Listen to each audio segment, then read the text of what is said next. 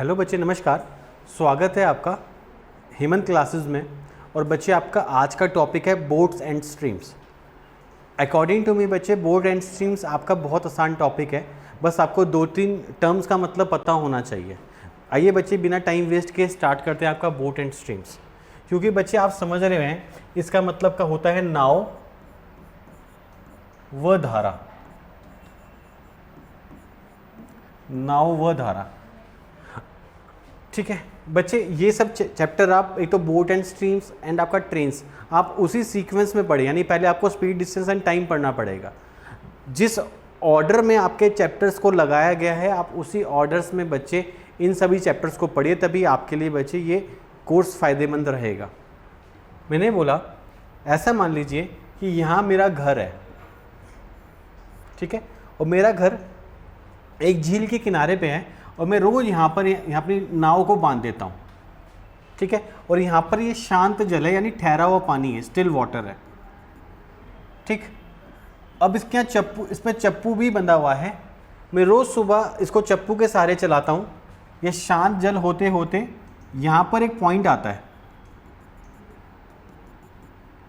जहाँ पानी, बहता हुआ पानी आता है, ठीक है। ऐसा मान लीजिए आप कि बच्चे, पानी की स्पीड है 3 किलोमीटर पर आवर।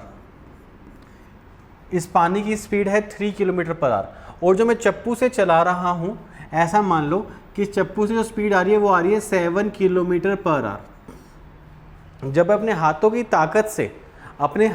ताकत से नाव को चला रहा हूँ, तो लेट से मेरे पास स्पीड आ रही है 7 किलोमीटर पर आवर, ठीक है। और जैसे ही बच्चे मैं 7 से की स्पीड से चलाता हुआ इस पानी के ऊपर जाऊंगा और अपना चप्पू को रोक दूंगा, अपने चप्पू को मैंने रोक दिया, हाथों को रोक दिया, तो मेरी नाव जो होगी वो कितने की स्पीड से बहना शुरू हो जाएगी? बिना मेहनत किए वो बहना शुरू हो जाएगी 3 की स्पीड से, ठीक है।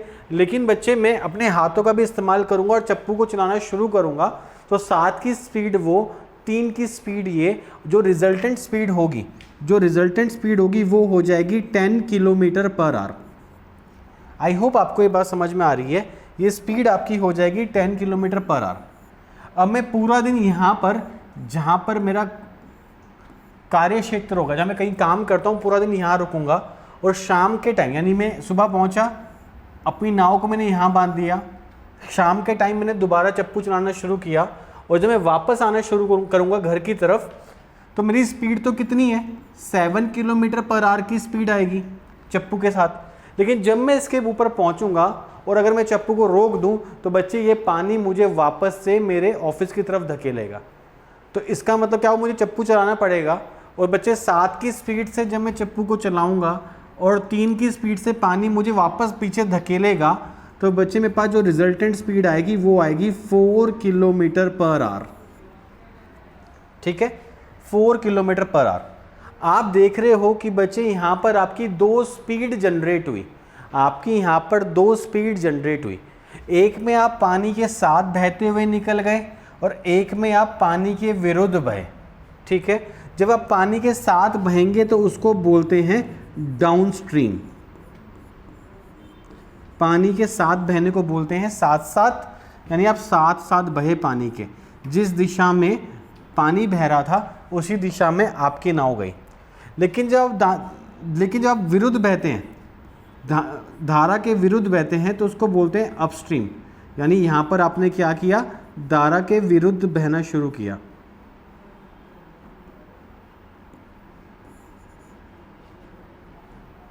ठीक है। आपने धारा के विरुद्ध बहना शुरू किया। यहाँ पर बच्चे आपके लिए सिर्फ 3 चीज़ें जाननी बहुत ज़रूरी हैं। बस अगर आपको वो 3 चीज़ें पता हैं तो आपका ये पूरा का पूरा चैप्टर कंप्लीट है स्पीड, डिस्टेंस, टाइम पढ़ने के बाद। एक होती है आपकी स्टिल वाटर की स्पीड, यानी स्टिल वाटर में जिसको आप बोलते हो बोट की स्पीड, स्टिल वाटर में बोट की स्पीड, ठीक है। फिर आपको पता है कि अगर मैं बोट के अंदर स्ट्रीम की स्पीड भी ऐड कर दूं, यानी धारा की स्पीड ऐड कर दूं, जैसे मैंने यहाँ की थी 7 के अंदर 3 ऐड की थी, तो ऐसे को हम क्या बोलते हैं? ऐसे को हम बोलते हैं डाउन स्ट्रीम की स्पीड।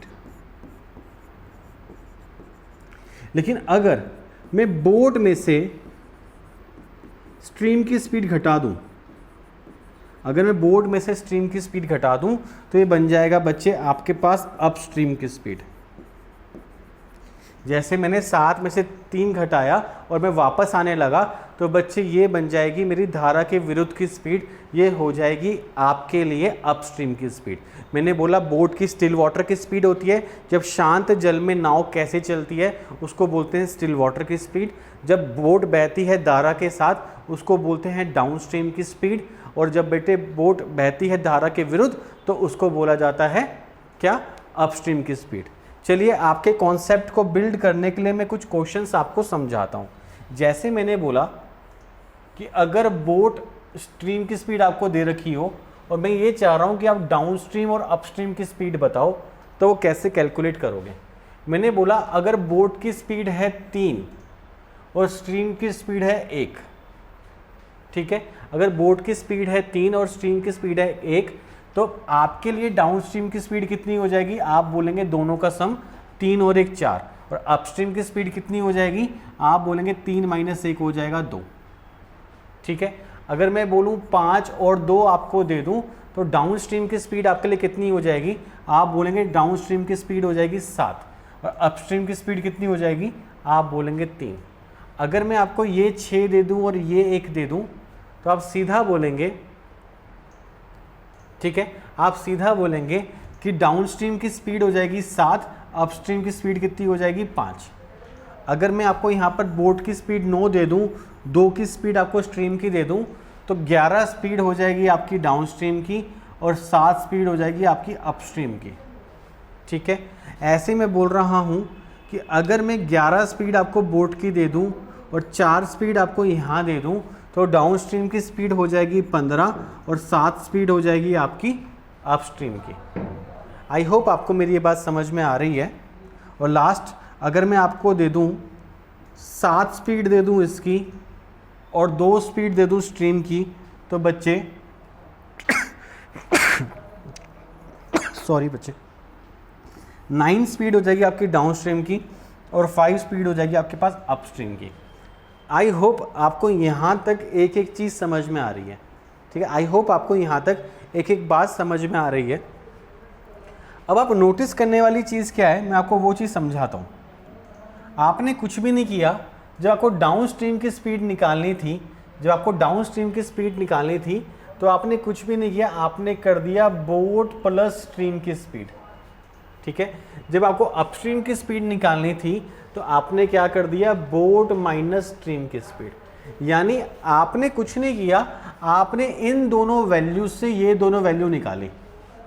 आपने क्या किया, इन दोनों वैल्यू से ये दोनों वैल्यू निकाली।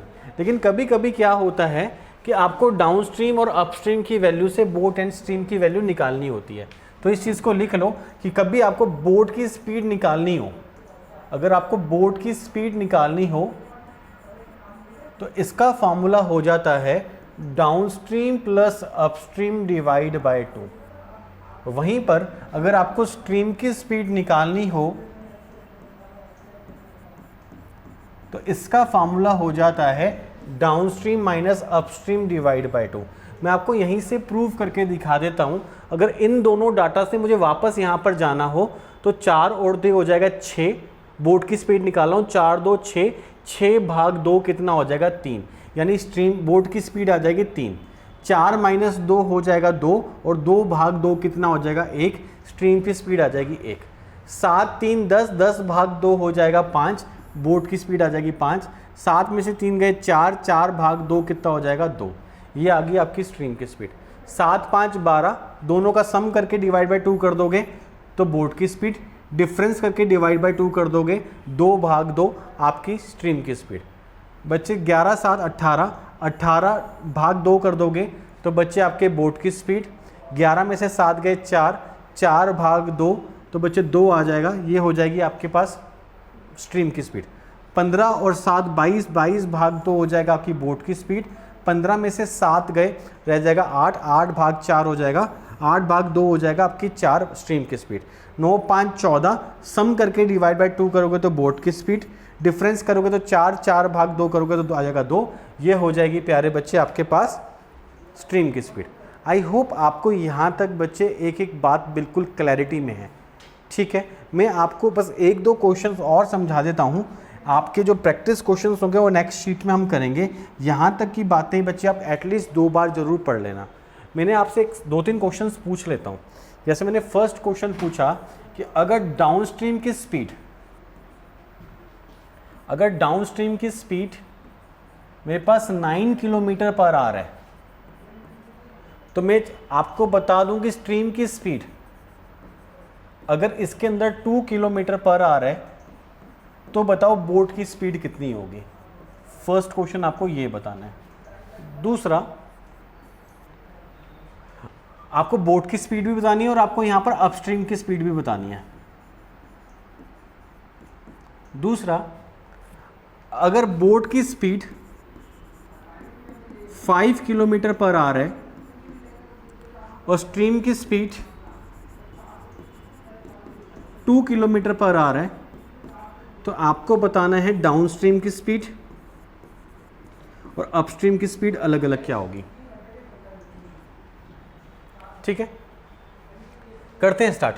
बच्चे, डाउनस्ट्रीम अगर आपको 9 किलोमीटर पर आवर दे रखी है और स्ट्रीम की स्पीड आपको 2 किलोमीटर पर आवर दे रखी है, इसका मतलब क्लियर है कि बोट के अंदर जब आप स्ट्रीम की स्पीड ऐड करते हो तभी आप कहाँ पहुँचते हो, डाउनस्ट्रीम की स्पीड पे। अब आप स्कूल के बच्चे नहीं रहे कि जहाँ पर आप एक एक चीज़ ऐसे लिख के बताओगे कि डाउनस्ट्रीम का मतलब होता है बोट प्लस स्ट्रीम की स्पीड। अब बच्चे, आपके स्टेप की मार्किंग्स तो होती नहीं कि आपको स्टेप बाय स्टेप के मार्क्स मिलते हैं। आपको मार्क्स मिलते हैं सिर्फ उसी चीज़ के जो आप वहाँ पर टिक कर देते हो। सीधी सी बात है। इसका मतलब बच्चे, अगर डाउन स्ट्रीम की स्पीड 9 है और इसके अंदर 2 स्ट्रीम की स्पीड इंक्लूड है, तो इसका मतलब बोट की स्पीड होगी 7। यानी शांत जल में इस बोट की स्पीड की वैल्यू कितनी हो जाएगी?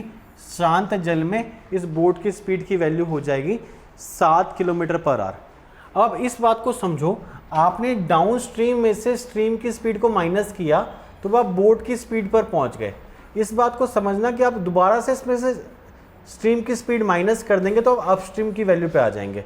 इसका मतलब अगर मैं 7 में से 7 तो शांत जल की आ गई और इसको इसी धारा के विरुद्ध चलानी शुरू कर दूं तो बच्चे इसकी वैल्यू आ जाएगी आपका कितनी? आप बोलेंगे 5 किलोमीटर पर आवर। ये आ जाएगी आपकी अपस्ट्रीम की वैल्यू। आई होप आपको मेरी ये बात बिल्कुल क्लियरली समझ में आ गई। इसी चीज़ को समझाने के लिए अगर मैं हल्का सा डाटा चेंज कर दूँ, और मैं आपसे पूछूं कि आप करके दिखाओ, अगर इसको मैं 11 कर दूं और इसको 3 कर दूं तो आप सीधा बोलोगे अगर डाउन स्ट्रीम की वैल्यू 11 है और 3 स्ट्रीम की है तो एक बार मैं 3 घटाऊंगा तो आ जाएगा 8। ये आ जाएगी मेरे पास वैल्यू किसकी? बोट की। और एक बार घटाऊंगा और 8 तो शांत जल की आ गई, यानी मेरे चप्पू से हाथ की ताकत कितनी लग रही है?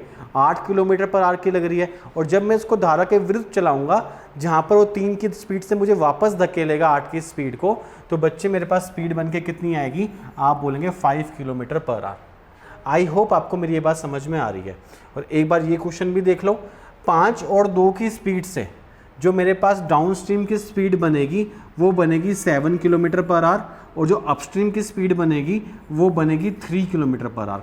5 और 2 7 और 5 में से 2 जाएगा तो बच्चे कितना हो जाएगा?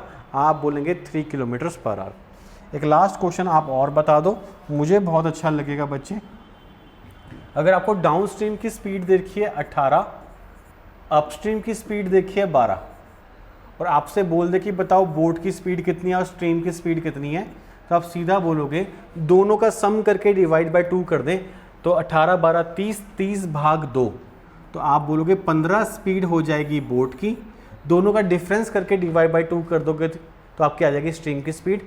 6 भाग 2 कितना आ जाएगा? आप बोलेंगे 3 स्पीड आ जाएगी आपकी स्ट्रीम की। आई होप यहाँ तक की बात आपने बहुत बारीकी से पढ़ी।